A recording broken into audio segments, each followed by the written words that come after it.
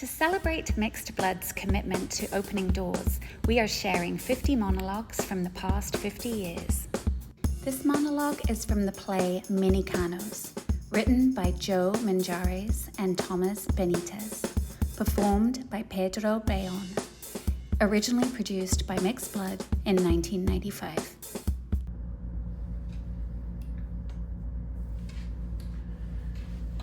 It started in the Great Depression of the 30s.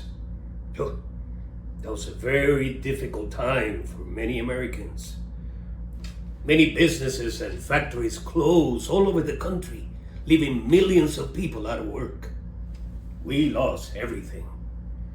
And for us Mexicanos, it created different problems. They thought that we were taking their jobs. They thought if they could get rid of us, it'll make things better. Yeah, but it didn't. It just created more heartaches. I have never told this to anyone, so you listen and you remember, huh? I had just become a legal citizen of the United States, and I was working in the stockyards in South St. Paul. One morning when I went there to work, I noticed a group of strangers gathering at the main gate. They were yelling, "Get out of here, you wetbacks! Go back home, we don't need your kind!" I was scared, and as I tried to enter, one man hit me, and then another, knocking me down. I tried to get up, but I couldn't. Then a friend of mine, a foreman by the name of Elmo Frank, came and rescued me, and took me into his office and offered me water and bandages for my wounds. Then he said, "I'm sorry, Diego. There's no more work for you here. I have to give your job to an American." And I said, well, I am an American.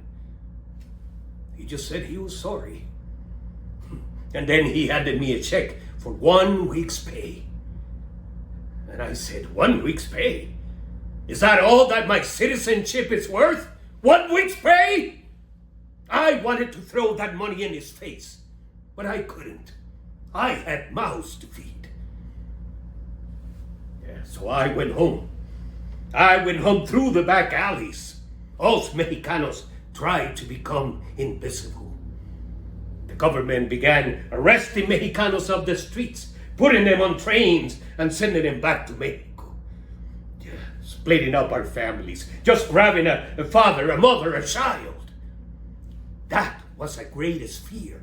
The splitting up of our families. Most of the people that were sending back to Mexico, they didn't even speak Spanish. They were so American.